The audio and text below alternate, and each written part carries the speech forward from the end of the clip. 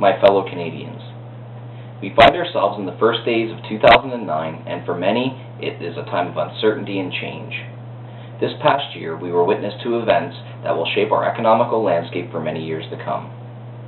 2008 brought many issues to the forefront, and many of those issues dealt with job losses, financial downturn, and soaring fuel costs.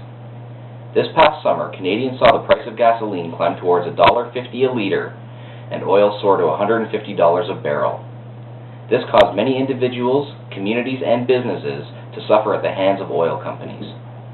The most unfortunate part was that our federal government stood by and watched as we emptied our pockets and handed over our hard-earned dollars to companies that clearly showed us time and time again that our money was better off in their hands than in our pockets.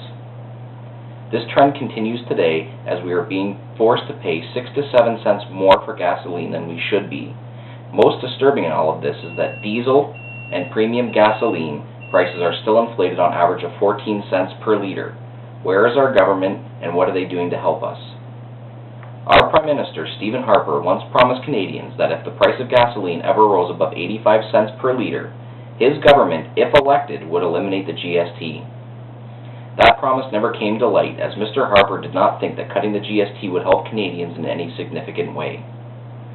As we look into the coming days and months of 2009, consumers for fair fuel prices would like to remind our Prime Minister that he now has the unique opportunity to right a wrong.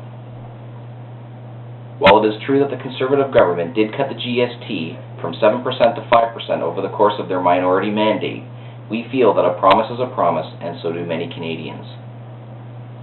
In addition to keeping promises to Canadians, our government can also bring about changes to our nation's Competition Act. With careful planning and new legislation, we could see fuel prices begin to stabilize as independent retailers and refiner marketers take up more of the market share and regain the ability to combat predatory pricing strategies that the governments employ to drive smaller operations out of lucrative markets.